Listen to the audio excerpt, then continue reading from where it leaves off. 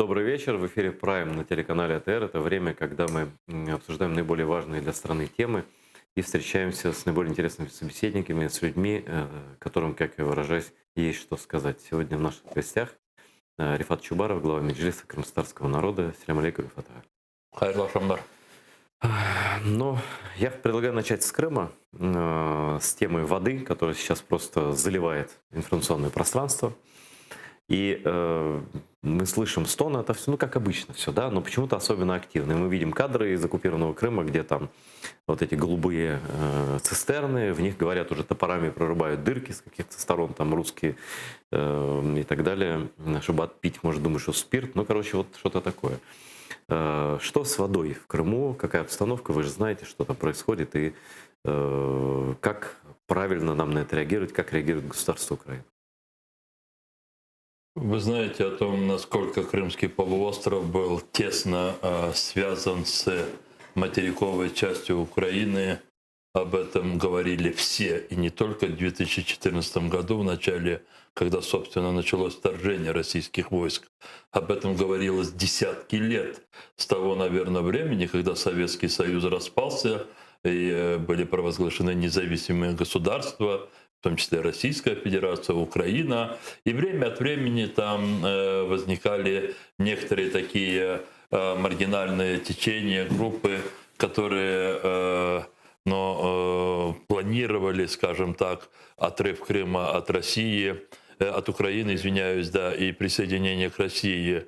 И тогда все вменяемые люди, в том числе в Крыму, в том числе и, может быть, пророссийских таких взглядов, тем не менее говорили, какие беды могут прийти в Крым, если такое когда-то случится. Именно это было связано с водой тогда. И в первую очередь с водой. В первую очередь с водой. В том числе и другие сферы, в том числе электричество, экономические связи.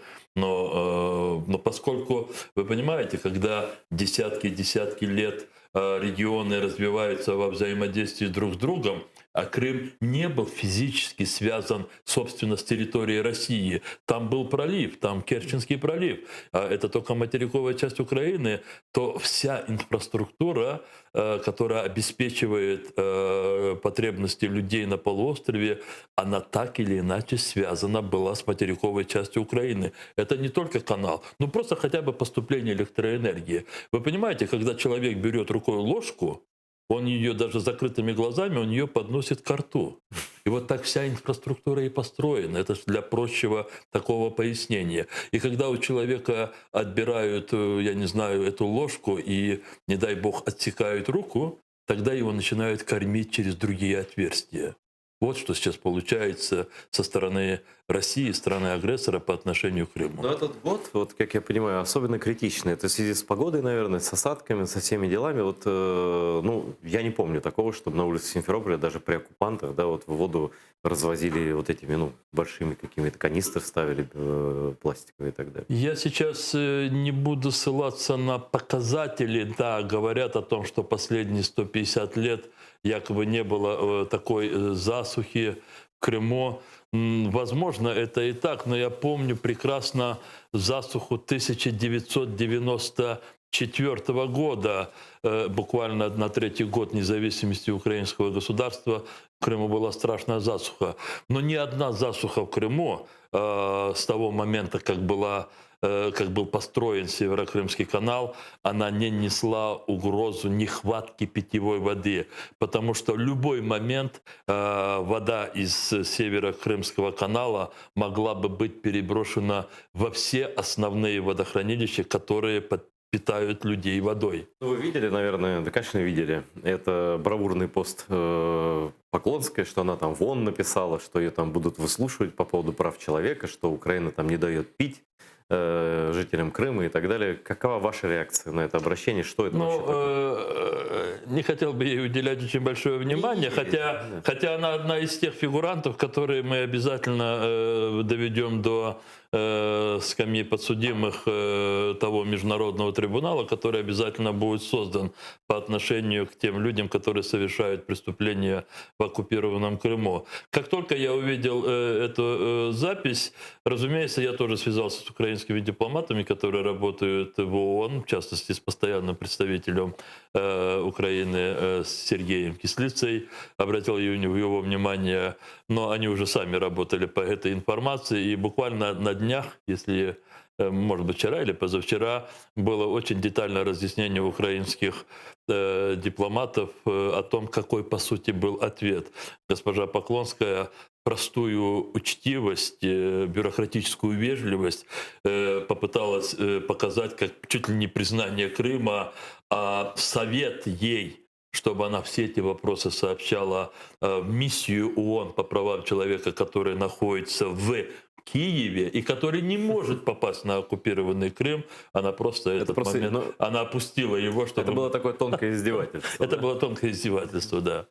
Какие-то последствия это будет иметь? Там будет ли ООН обсуждать этот вопрос? Будут ли давить западные партнеры там, в связи с тем, что вот дайте все-таки воды оккупантам и так далее? Или этот вопрос считаете закрыт на международном уровне? Я допускаю, что этот вопрос будет в какой-то мере еще, может быть, более актуализирован, но это может быть только в том случае, если Россия попытается использовать эту тему как перенести ее такой на уровень шантажа и ультиматумов.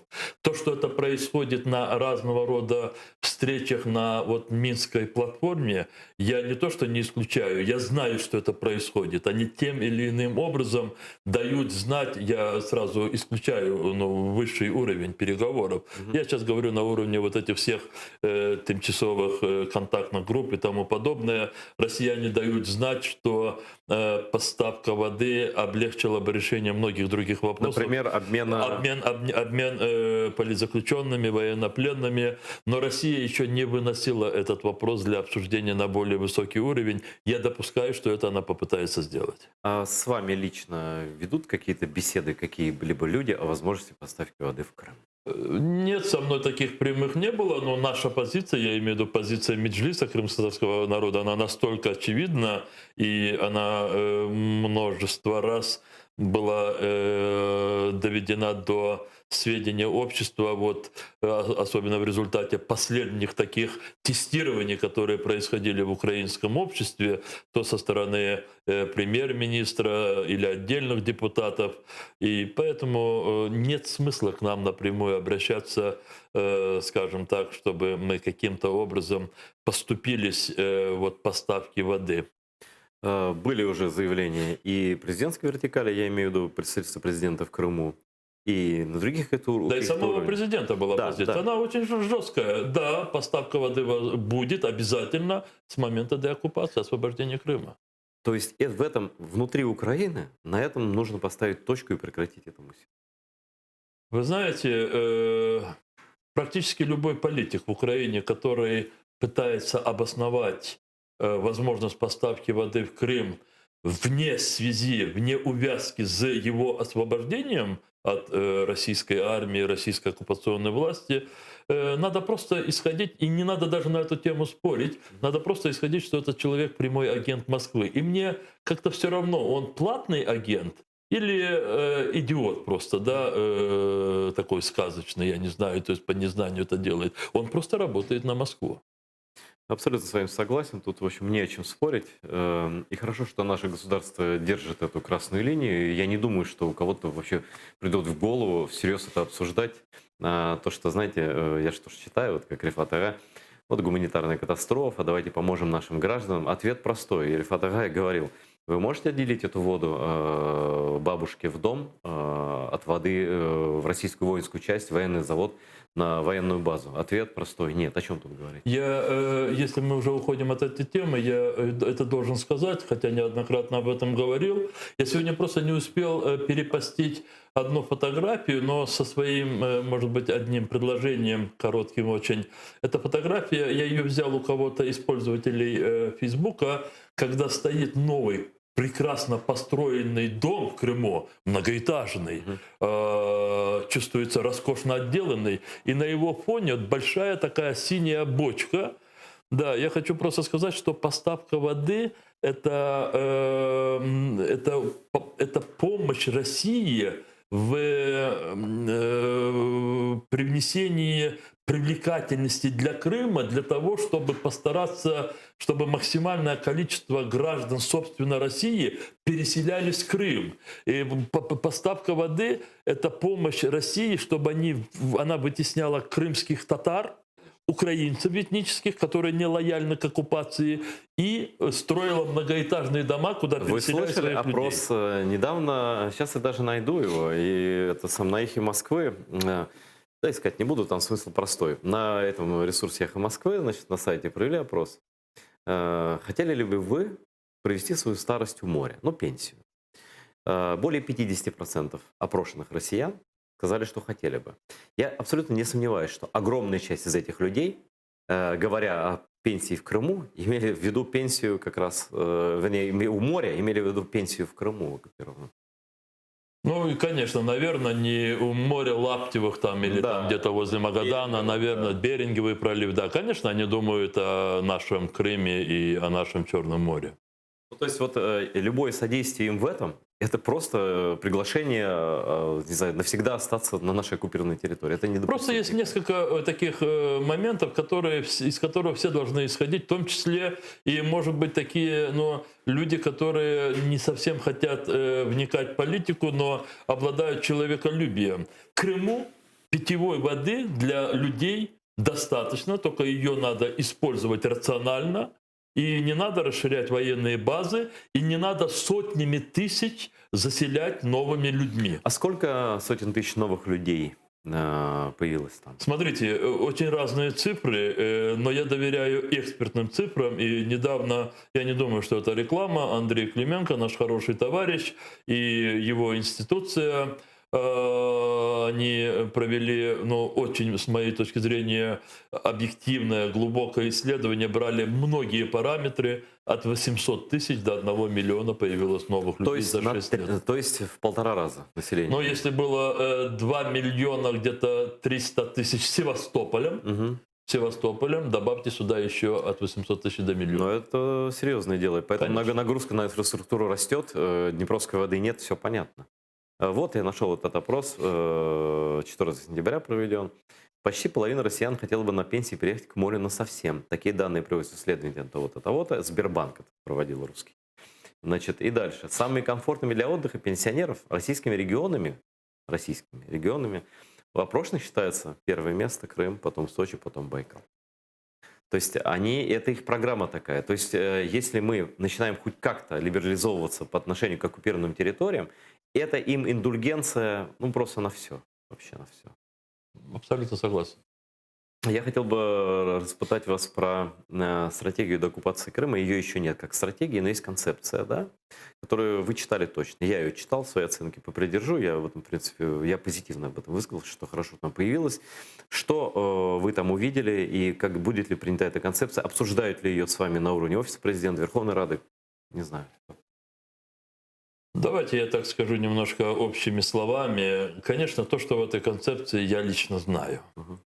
Но такого, скажем, основательного экспертного обсуждения ее еще не происходило. Да, она только опубликована не так давно. Не только опубликована, там, она только, скажем так, положена на стол президента Украины. Вот недавно совсем. Да, я как раз вот эту концепцию имею в виду. Это концепция, где очень четко выписаны такие направления, которые с точки зрения авторов этой концепции должны активизировать международное сообщество в ее помощи Украине в восстановлении территориальной целостности Украины, и в частности возвращения Крыма. Там все очевидно известные вещи, просто они достаточно хорошо систематизированы. Но все дело в том, что остается все равно вопрос в этой концепции а что именно надо сделать, вот то первоначальное, чтобы по этому предложенному пути пошло международное сообщество. Вы знаете, это как в той вот вечной вечном философском подходе. Что надо крутануть первый раз, чтобы международное сообщество согласилось, да, это нами Что? воспринимается. Вопрос, да. Я не знаю ответа на этот вопрос. Я просто, я не пессимист, я не циник, но я сегодня исхожу из того, что должно быть просто большая трагедия, чем сегодня чувствует международное сообщество, по крайней мере, ведущие государства. Захват Крыма в 2014 году, в общем-то, уже как бы, он не переварен. Он в какой-то мере стал привычным. Как до этого было прощено военное вторжение в Грузию в 2008 году. Малайзийский самолет, он не прощен, но судебное расследование будет идти долго, и все знают, что наказание неминуемо. Но политически пока он прощен. Ничего политических решений не Политически, принято. да, потому что человек, который дал приказ, или из-за действий которого все это случилось, он рукопожатный, он является президентом этой страны, я имею в виду Путин. Сейчас попытка убийства Навального, дело же не в том, как мы относимся. Смотрите, что сейчас произошло. Дело не в Навальном. Дело в том, что Россия еще раз продемонстрировала всему миру, что государственный терроризм, который положен в основу российского государства, он эффективно работает как на ее внешние цели. Вторжение в Украину, захват Крыма, постоянные угрозы над балтийскими странами, над Польшей. Но этот государственный терроризм, он работает даже на уровне внутриполитической жизни, на уровне устранения одного даже человека, если этот человек считается этой властью для нее опасным. И, конечно, вот сейчас волна возмущения, она достаточно такая яркая, демонстративная, да, выступление лидеров стран, требования о том, чтобы Россия провела расследование. То есть у убийцы требуют, чтобы он провел расследование собственных действий, которые вели к смерти другого человека. Поэтому, я возвращаюсь к вашему вопросу, видимо, Путин еще не исчерпал все такие возможности своего поведения по отношению к другим странам, которые просто явятся уже переступлением последней черты. Но никто не знает, что будет этой последней каплей. Ну, например, по Навальному, да? Когда было убито 15 тысяч украинцев, да, за эти годы, никто не требовал расследования у Путина. Как бы убили и убили. Здесь не убит человек покушение, и все требуют расследования, удивляются, как это он мог такое сделать. Да, до этого вас новичком не травили в Европе. Как бы. То есть это понятно, что европейская дипломатия делает вид, что она сейчас находится вот на таком, допустим, та же Меркель, да, она же лоббистка этого Северного потока-2, да, как я называю, денежный поток, которым они снабжают Путина деньгами на все вот это, да. Вот. И она сейчас в таком положении, как бы она лоббистка этого всего, и у тебя на глазах твой партнер вот этот вот экономический, да, просто брутально травит ядом людей везде. Да, вот как вы за поведением Германии наблюдаете, вот какая реакция? Да, конечно, наблюдаю. Я вчера с удовлетворением отметил, что часть депутатов Бундестага, которые до этого были склонны поддерживать Меркель в ее, скажем так, противодействие Америке в отношении вот как раз Северного потока, и они как бы поддерживали ее в намерениях в том, что все равно Северный поток с точки зрения интересов Германии должен быть доведен до конца. Эти депутаты уже думают о том, что они в виде Северного потока приобретают инструмент, с помощью которого Путин сможет просто дестабилизировать ситуацию. То есть они как бы начинают догонять. Знаете, но я еще раз хочу сказать, вы знаете, вы абсолютно правы. Я не хочу придумывать за Путина, что ему надо сделать для того, чтобы весь мир наконец-то, лидеры государств, наверное, так будет правильно, чтобы они все осознали о том, что это просто, это дьявол, да, вот плоть человека. Но я думаю, знаете, что нужно? Пустите, новичка-то достаточно, я думаю, там у них хранится. Пустить по Северному потоку-2 новичок, чтобы в каждую конфорку в Германию пришел русский газ, да, может быть так. Видите... Я да, я понимаю, что вы иронизируете, но в любом случае, я думаю, что эти правители, они, в принципе, осознают, какую угрозу Россия несет даже их обществу Но они и их просто боятся, я государству. правильно понимаю? Они просто политики, они просто думают о своих каденциях. У кого-то выборы, у кого-то, как у Шрёдера, у других необходимость иметь больше денег. Потому Россия всех сажает на два фактора: страх и деньги. Деньги и страх. В первую очередь деньги. Все, кто не покупаются, должны быть устранены. А деньги откуда? Из деньги газопроводов, откуда, да. я прошу Да, прощения. да, То есть всё правильно, из Европы правильно. идут деньги. На эти деньги Путин дестабилизирует европейские демократии, содержит там целые партии и так далее. Это такой, как вот, знаете, помните, детский учебник природоведения, круговорот воды в природе получается. Как бы. И этот круг пока не разорван. И ваша версия отравления Навального, без симпатии к этому человеку, понятно, что он крымнашист, имперец, все такое прочее. Что было это? Я больше склоняюсь. Для меня, мне кажется, что для власти, которая, безусловно, в общем-то, это и реализовала, отравление, может быть, здесь не столько было важно, будет ли он мертв, Навальный, или даже, может быть, ну, я не знаю, там, вот в том состоянии, в котором сейчас находится. Мне представляется, здесь было важно еще раз продемонстрировать, особенно своему обществу российскому, о том, что никому никакой пощады не будет. Путину надо время от времени оживлять даже брутальными такими способами о том, что он ни перед чем не остановится. Это для него очень важно. Ну, страх, прививка страха. Страх. Как-то связана история с Навальным с белорусскими событиями. Такие версии тоже высказывают. Тут я к вам больше даже как к политологу обращаюсь. Вы все-таки действительно человек, который разбирается. Я не связываю вот прямую связь, что для того, чтобы каким-то образом отвлечь от событий Белоруссии или наоборот под прикрытием событий Белоруссии совершить свое черное дело и убрать, как бы мы ни относились к Навальному, но одного из основных оппонентов Путина. Ну, там больше да, нет никого. Да, ну, все правильно, всех замочили. Да, извините за это слово, но оно соответствует тем действиям, которые в России происходят. Я думаю, что здесь прямой взаимосвязи нет. Перейдем к Беларуси. Почему как бы Крымский канал, глава Меджлиса, почему Беларусь?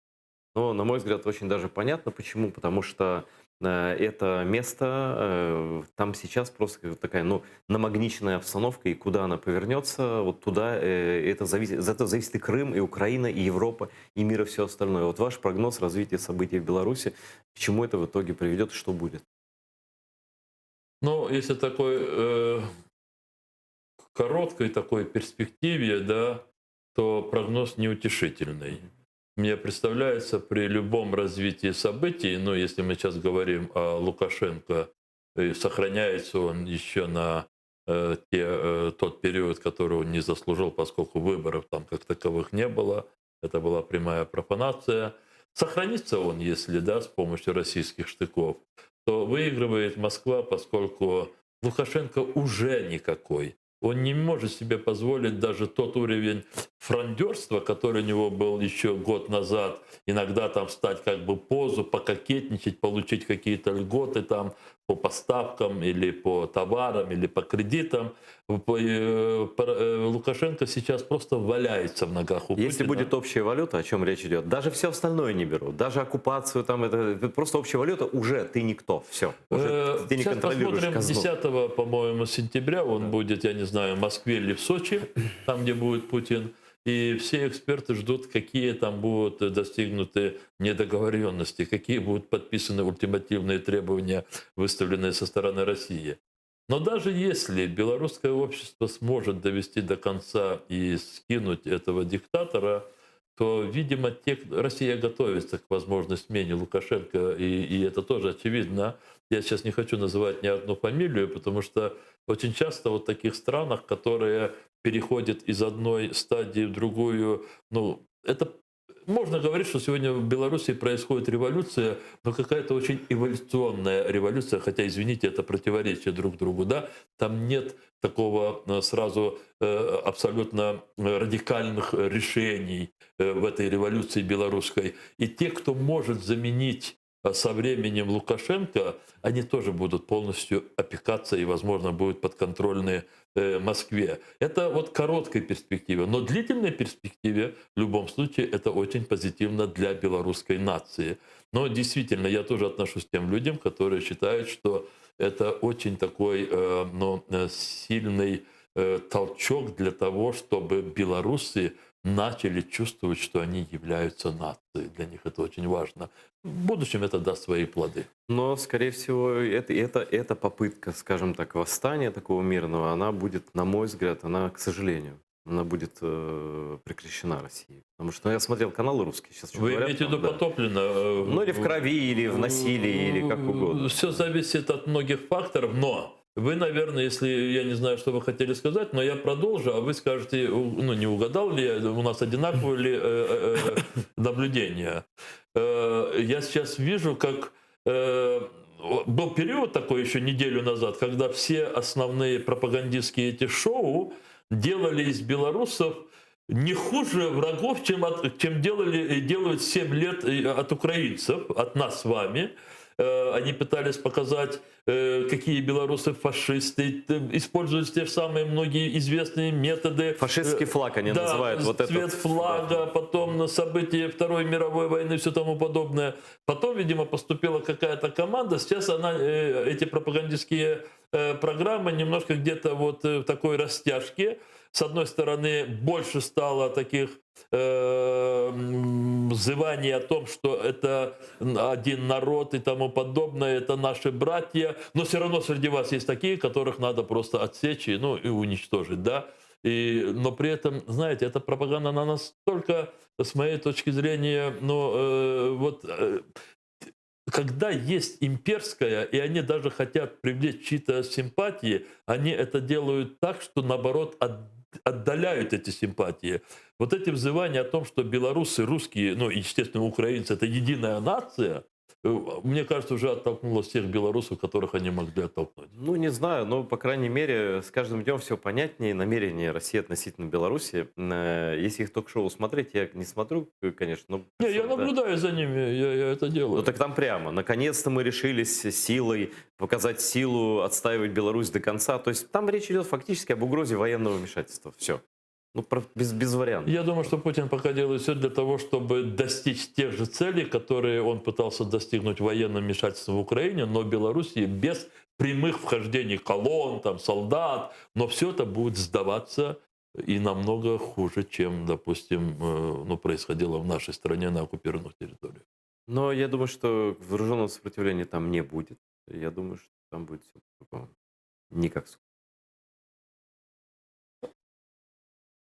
Ну, хотел бы к внутренней политике перейти. Даже, я не знаю, все так много и все такое невкусное. На самом деле, не скандалы кругом какие-то. Вот начала Верховная Рада работу. Да сколько, 2 дня не работают. До сегодня белорусов поддержали. Нормально, хорошо сделали. Но это все, конечно, такие шаги демонстративные. А что вас сейчас больше всего волнует во внутренней политике нашей страны? О чем бы вы хотели поговорить? Видите, здесь тоже можно очень много говорить, и, наверное, особенно те, кто нас слушает, и особенно те, кто слушает в оккупированном Крыму, у них есть, собственно, свои ожидания, потому что они, оценивая из оккупированной территории то, что происходит в Киеве, в политической жизни, они в первую очередь хотели бы, чтобы решались те вопросы, которые приблизят их освобождение. Многие люди, которые живут на материковой части Украины, они подавлены тревогами и в ожидании ухудшения своих социальных, экономических аспектов своей жизни. И это все понятно.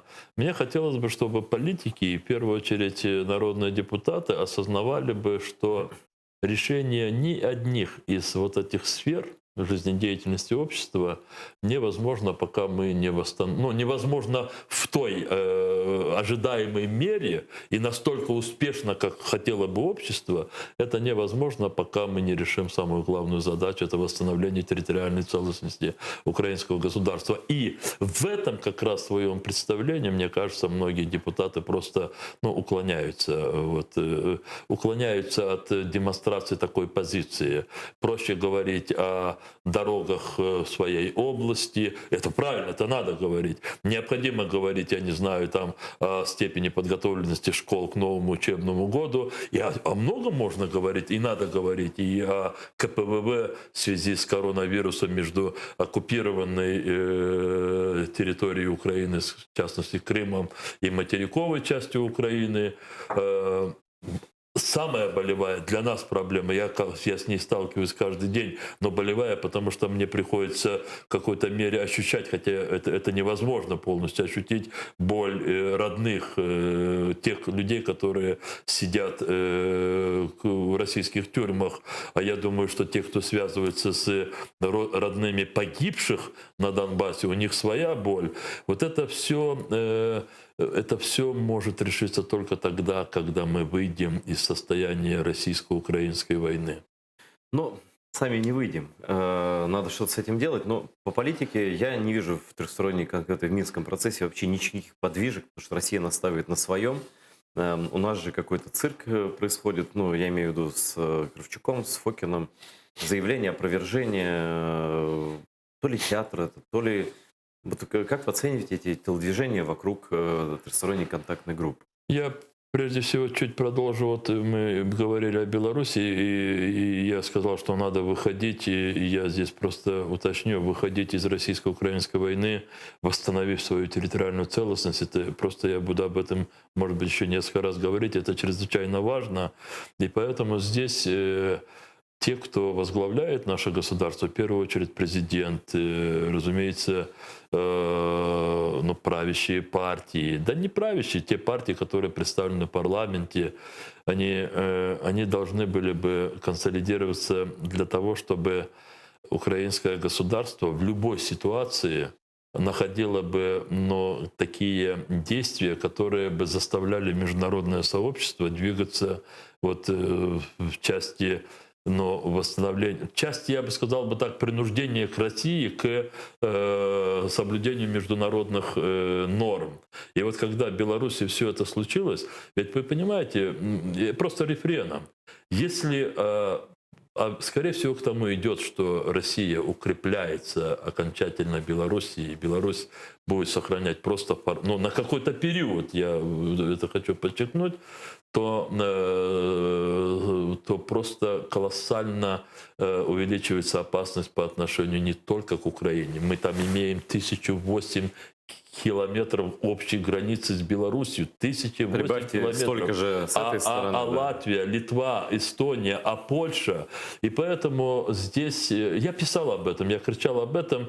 Мне казалось, что кто-то из политиков услышит. Я думал, что как только вот в Беларуси начались митинги, нам надо было выйти с такой очень жестким требованием вместе с союзниками от предстоящих вот этих угроз несчастья балтийскими странами, Польшами, новыми предложениями к международному сообществу и сказать о том, что остановление продвижения России по Белоруссии невозможно без возвращения ее в рамки международного права и невозможно без ухода с территории Украины. То есть в любой ситуации такой, знаете, происходящей в мире, и которая беспокоит международное сообщество, мы ее должны рассматривать через призму восстановления территориальной целостности. Вы говорите как об инструменте выселения санкций. Я пока не вижу ничего, чтобы говорило о том, что санкции будут усиливаться. Слушайте, опять же, если мы говорили, что как поступает Россия, у нее два фактора – страх и деньги, то у Запада, чтобы остановить Россию, тоже есть два фактора – война или санкции, удушение России. Разумеется, никто не только не хочет, и никому и не нужно воевать. Война – это последний инструмент. Да. Значит, соответственно, надо сделать так, чтобы Россия почувствовала новые опасности, которые будут для нее более разрушительными, чем освобождение захваченных территорий. Советский Союз, афганская война, санкции Запада, крах СССР, отказ от оккупированных территорий от Восточной Европы. Сегодня даже такие сложные схемы не нужны. Эмбарго на российские энергоносители. Эмбарго, если хотя бы только европейские государства перестанут покупать российский газ и нефть, 2, максимум 3 года, Здесь надо потерпеть. Здесь, знаете, это надо потерпеть. Или ты 2-3 года потерпишь, и потом у тебя весь организм выздоровеет. Или ты будешь тянуть 2-3 года, но у тебя по частям этого организма не будет. Сперва ногу ампутируют, потом вторую ногу, еще какую-то часть. И так и до головы дойдут. Если Россию не возвратить в рамки международного права, она будет с каждым годом представлять все большую и большую опасность. То, что она, кстати, демонстрирует. Да, Путин довольно откровенный чувак, если так можно И в выразиться. этой части, вот то, что вы упомянули про трехстороннюю контактную группу, но, конечно, поведение некоторых новоназначенных лиц для меня, я даже не хочу их обсуждать, это, ну, просто те, кто их назначил, они должны просто как можно быстрее это исправить, чтобы не набираться большего позора. Ну, вот чувство неловкости, это испанский стыд называется, когда тебе стыдно за другого, да? Когда ты Но слушаешь, я, по крайней мере, это даже не стыд, это и негодование, и просто позор. Я испытываю этот позор. Я не хочу, чтобы... Слушайте, я знаю очень много людей старшего возраста, даже старше этих людей, да, и я знаю, насколько они и мудры, и основательны, и насколько они разумны в этих условиях.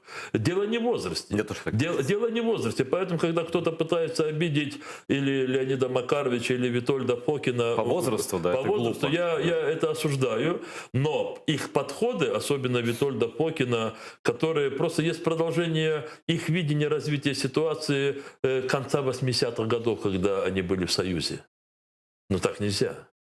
Так нельзя говорить о том, что надо понимать Россию, потому что она могла потерять Севастополь, где находится ее база Черноморского флота, туда могли войти НАТО, и поэтому надо понимать Россию. Давайте понимать Гитлера, там же в Судетской области Чехословакии живут же этнические немцы. Слушайте, там даже понимать не надо, пусть он берет сегодня те стратегические, ну, я не знаю, там разработки рейха гитлеровского, расширение жизненного пространства, ими было настолько убедительно объяснено, что без этого немецкая нация просто не сможет существовать. Надо расширять пространство. И под этой идеей упали Польша, Франция была в войне, захвачена была практически вся, если там не исключаем коллаборантскую часть. И 60 миллионов людей было убито во Второй мировой войне со всех сторон, да? И теперь говорить о том, что надо понимать Россию, ну хорошо, это и есть открытие дороги к Третьей мировой войне. Ну и потом, если такие звуки издаются из Украины, да, на Западе посмотрят, скажут, ну если вы там уже вот так вот разговариваете, то что нам-то лезть вообще? У нас и своих проблем хватает без вас, в принципе. Очень, вот тут сидел на вашем месте Павел Климкин несколько дней назад, бывший министр иностранных дел Украины, и он... Вот мы как раз об этом говорили, об этих речах Фокина, там частично Кравчука. И у него такая версия, я говорю, это что, зрада, что это такое вообще? Он сказал, что это стремление украинской стороны, ну, кто занимается внешней политикой Украины, пропетлять каким-то образом, не давая никаких уступок русским, но как-то вот этот процесс, показать его неэффективность совершенно со стороны России. То есть, ну, и пропетлять, возможно, до новых выборов президента в Соединенных Штатах. Это может быть такая игра, чтобы действительно выбор вот скоро, 3 ноября. И непонятно, как мир изменится после них. Кто придет там к власти? Ну, если пользоваться некоторым жаргоном вот, в известных кругах, то это просто косить под дурачка. Я думаю, что не пройдет это. Не пройдет, потому что всегда надо исходить, что с той стороны, откуда на твою землю пришла беда, могут просто находиться не дураки. А там как раз находится и... Это не просто, извините меня, бывший гибишник, да, а человек, который просто, все естество которого пропитано но собственным представляемым осознанием им только представляемого места и миссии России. И в его представлениях все вокруг должно быть подчинено России. И перед человеком, который пытается реализовать теперь уже свою миссию, которая на него якобы покладена, чтобы России обеспечить вот такую большую роль, перед ним просто попетлять, но не удастся. Это будет просто, знаете, это как шут какой-то в королевском дворе. Не надо себя так унижать. Вы согласны, что выборы в Соединенных Штатах будут иметь важное значение для дальнейшего отношения Запада и России? С этим выражением согласен. Не с этим, с этой оценкой согласен абсолютно. Потому что я не хотел бы сейчас, скажем так, давать какие-то прогнозы, но мы все ждем результатов этих выборов. потому что для нас очень важно даже не то, что говорится сейчас, накануне, собственно, выборов по отношению к России, по отношению к Украине, важно, что будет реализовано потом. Мне бы очень хотелось бы, чтобы во внешней политике Соединенных Штатов Америки возвратилось бы, ну, комплексное вот такое поведение по отношению к России, ну, как империи зла, о которой говорил в свое время, не только говорил, да, президент Рейган, но он и действовал в соответствии вот с такой оценкой места России. А такие, знаете, то ну, какие-то похлопывания по плечу, ну, условной России, да, вот, и призывы совместно действовать в интересах решения каких-либо вопросов. Да, в каких вопросах Соединенные Штаты за последнее время и вообще Запад, да, в сотрудничестве с Россией, как они любят говорить, добились каких-то для себя успехов? Я пытаюсь понять. Нет, Беженцы так- из Сирии увеличился поток. Значит, где выиграла Америка, где выиграла Европа? Ну, покажите мне это. Они пытались, и для них... Я не хочу себя представлять очень таким, знаете, прогнозистом, но даже то, что я себе представляю, все их попытки, они обосновывались на желании найти в России партнера для того, чтобы противостоять другим угрозам. С Но точки не зрения- понимая того, что Россия и есть сама зло, которому нужно противостоять. А Россия как бандит. И это же, знаете, для этого не надо быть очень большим психологом, надо просто знать реальную жизнь, хотя бы из специальной литературы. Бандиты не бывают принципиальными.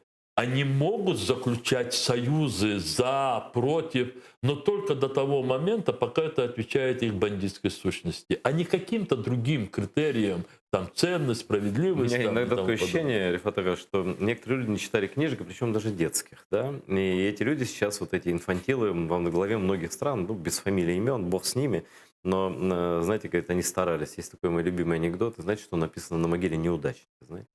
Он старался, да. Ну да. Да. Ну вот, вы, конечно же, не знаете Трампа, и Трамп никогда не был. Здесь вы знаете только Уолкера, насколько я понимаю, бывшего представителя, вы встречались с ним тут, да, в Киеве.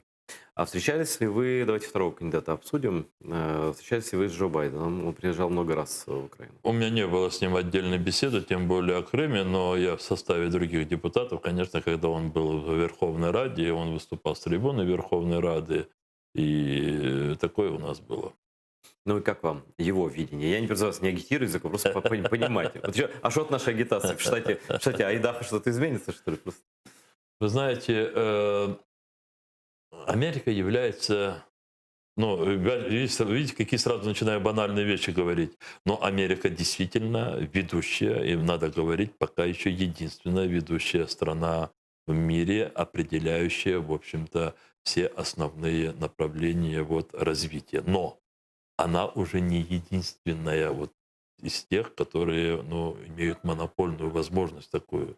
Тут и Китай, тут и другие, но как бы не пыхтела Россия, да, но ее возможности и потенциал это неизмеримо по отношению даже Ну, единственному. гадят где могут, да. Гадить это да, это они могут, да.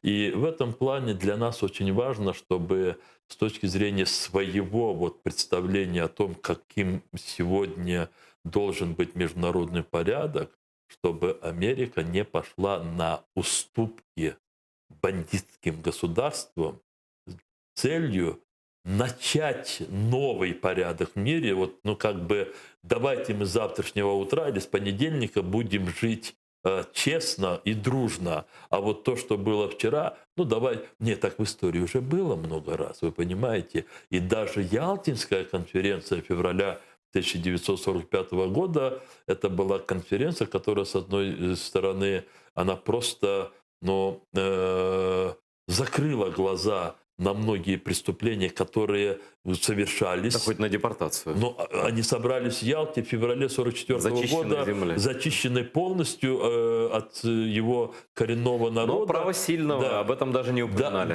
Да. Да. Знаете, мы сейчас с молодыми некоторыми нашими исследователями в Польше, в частности, мы сейчас нашли несколько, они готовят публикацию, просто мы не можем найти оригинальный Что в документ. Ялте кто-то говорил Сталину что-то Когда про крымских татар? Рузвельту что перед поездкой, после приезда Черчилля, извиняюсь, после приезда Черчилля с конференции были выступления в парламенте Англии, где говорилось о том, что на этой земле были преступления, и упоминались крымские татары. Мы нашли газетные материалы, но хотим найти стенограмму этого выступления. Я сейчас хотел сказать немного о другом. Там же не только то, что они проигнорировали, что произошло, но они поделили мир и определили, какие страны будут под чьим контролем, которые из них будут практически оккупированы, в частности Австрия, да.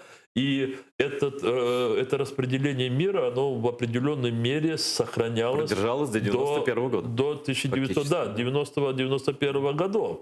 Можно говорить о том, что благодаря этому мир избежал Третьей мировой войны, что благодаря этой передышке были созданы вот эти конструкции, да, международного сотрудничества, на которые мы сегодня все опираемся. Ну, НАТО имеется в виду, да, не только НАТО, это ОБСЕ, Совет Европы, потом создался Евросоюз. Это все понятно. Но вот особенно с момента возникновения ОБСЕ все договорились о том, и вот эти 10 принципов хельсинских, которые были в Хельсинском заключительном акте, и уважение территориальной ценности, и справедливости, и демократия, свобода слова. И теперь, что сейчас у Путина в голове? У него сейчас в голове одно: давайте сядем. Ну, так получилось, что мы дошли до такой жизни. Ну и как Сталин когда-то, я давайте сяду сядем с вами, и еще раз договоримся. Он хочет новой Ялты. Конечно. Для меня сейчас самое главное, ведь я долго говорил, но я теперь подошел к окончательному такому, да, вот для меня главное, чтобы американцы при будь каком президенте не согласились на новую Ялту. Потому что новая Ялта невозможна без сдачи интересов ряда народов и ряда государств. Ну, интересов Запада в целом. Потому что и проблема Путина в том, что он не Франко, он не остановится. Это другая история, другое мышление совершенно. Как вы думаете, кстати, вы не начали писать книгу мемуаров? Нет. Все могут спать спокойно, нет. Ладно, я бы предпочел, чтобы они не спали спокойно, потому что вот вы обращали внимание на то, что прекрасный президент, такой первый темнокожий, очень образованный, очень высококультурный человек Барак Обама, да, он был первым президентом Соединенных Штатов, по крайней мере, за 20 век, кто не служил в армии, и кто решил стать таким миротворцем, ему Нобелевскую премию мира дали и так далее, и так далее. Как вы думаете, вот так, глядя назад, я все-таки вот натолкнулся на мемуары, сыграло этот его жизненный опыт, его вот этот статус президента-миротворца, президента толерантности и достижений вот таких невероятных человечества, прогресса, стало ли это препятствием для противодействия Путину в момент аннексии Крыма? Я думаю, да. Вот здесь надо будет, вот сейчас все-таки одно имя назову, наша известная певица украинская Руслана, и как раз вот когда происходило, собственно, вторжение в Крым, она была в Штатах. В один день она меня нашла, я даже сейчас не помню, каким это образом, и сказала, что у нее есть возможность передать Обаме наше письмо. Угу. Я буквально за ночь составил это письмо. У нее была возможность передать это Мишель, да, по-моему, жена Обамы. Мишель Обама, да. Да, и она передала это письмо. Я думаю, что Мишель передала это Обаме. И это письмо, оно известно, мы его опубликовали на сайте Меджлиса крымского народа. И там мы просто, знаете, я же когда писал это письмо, я пытался просто достучаться к нему. Это не письмо, это как заявление Меджлиса было, что-то такое. И, может быть, и формулировки там были достаточно такие, взвешенные с точки зрения, чтобы не дать возможность ему как-то его сразу откинуть, а просто попытаться убедить его о том, что с Крымом происходит нечто такое, которое повлияет на весь мир. Я пытался эту точку донести. Ты же Нобелевский лауреат премии мира. Да, товарищ. и видите, реакции никакой не было. 2 письма таких было. Одно письмо было в адрес Организации Исламской конференции. Там, в той организации, несмотря там на колоссальное влияние через своих агентов России, они хоть приняли заявление о недопустимости угрозы над крымскими татарами и мусульманами в Крыму. когда-то было. Что мог Обама сделать, если бы он отреагировал на ваше обращение, ну и если он, в принципе, понимал, что делать? Но моя версия такая, что, в принципе, аннексия же не была односекундной, да? Одномоментным да, актом, да. Путин выжидал, он смотрел на реакцию, как вор, который взял что-то и смотрит. Никто не бежит за ним, да? Потом они же сначала этот так называемый референдум хотели позже провести, потом решили раньше, потом 3 и так раза далее. меняли, да. Да, меняли дату. То есть это было прощупывание мира, да, за его шарики, да? И, на мой взгляд, Обама мог просто, как главнокомандующий крупнейшей армии мира, отдать приказ флоту просто блокировать Крым и сказать, ну как с Кубой был 62 год, вы уходите, мы уходим, нулевой вариант. Я сейчас забыл фамилию посла Литвы вот перед этим, ну, бывший министр иностранных дел Петерс. Петр Светикунас. Да, видите, мне сложно эту фамилию выговаривать, хороший наш Да ладно, товарищ. вы в Латвии Да. жили. Нет, ну то Латвия, а то Литва. И вот как-то мы с ним обсуждали эту тему, когда меня уже выкинули из Крыма, запретили въезжать в Крым, и мы здесь с ним встретились в 2014 году. Он говорит, ты знаешь, я все время ищу себе вот объяснение, как все это происходило. И говорит, я ничего не нахожу другого. Ну, мы же с ним где-то одного возраста, может, он чуть помоложе. Говорит, ты знаешь, когда мы в детстве выходили во двор, и вот группа детей разного возраста, и вдруг появляется какой-то один такой переросток в кепке, возможно, у него папироса в зубах, да, и он подходит к этой группе нормально играющих между собой детей, выбирает самого слабого, какого-то очкарика, и подходит, и его немножко толкает. И смотрит по сторонам, что происходит. И получилось так, что никто не заступился за этого в очках мальчика. Он его бьет. Опять никто не заступается. Но некоторые уже отошли, пошли домой, как будто им срочно надо. Он его тогда бьет сильнее, тот падает и начинает бить ногами, и эти другие дети расходятся. Вот, говорит, что-то такое произошло с Крымом. Самые те, которые могли одним словом остановить Конечно. Путина, они отвернулись и сделали вид, что они не видят, что происходит. Они не решились. Вот и что мог сделать Обама? Просто, если было бы жестко заявлено и вошли бы несколько, не один такой дежурный эскадра кораблей с авианосцем, как положено. И вы абсолютно правильно сказали, есть другие такие точки в земном шаре, где интересы настолько соприкасаются России и Соединенных Штатов, да, просто свободного мира и России, скажем так, что можно было, вот тогда можно было садиться и не доводить ситуацию до того, что было доведено до конца марта. Если бы реакция, последний вопрос у нас минута, если бы реакция Соединенных Штатов, ну и Запада в целом, была бы намного жестче на попытку аннексии Крыма, пошел бы ли Путин на присоединение его к России и имели бы мы сейчас то, что имеем с Белоруссией, например, с попыткой аншлюса? Я уверен, что нет. Только надо было это сделать вовремя, когда у Путина еще была возможность отхода. Путин не мог рисковать своим благополучием. Он только-только провел Олимпиаду. Он вложил за несколько лет более 50 миллиардов долларов в развитие Сочи. Он сделал десятки своих резиденций. У него любовница, у него ребенок родился. Он хотел каким-то образом, он не хотел, вернее, он хотел главенствовать как бы над миром, но при этом ничего не терять. И первая угроза, что он может потерять, она бы его отрезвила. Это было мнение Рифата Чубарова, председателя Меджлиса крымско-татарского народа, который сегодня был гостем программы «Прайм» на телеканале АТР. Смотрите АТР. До встречи в эфире.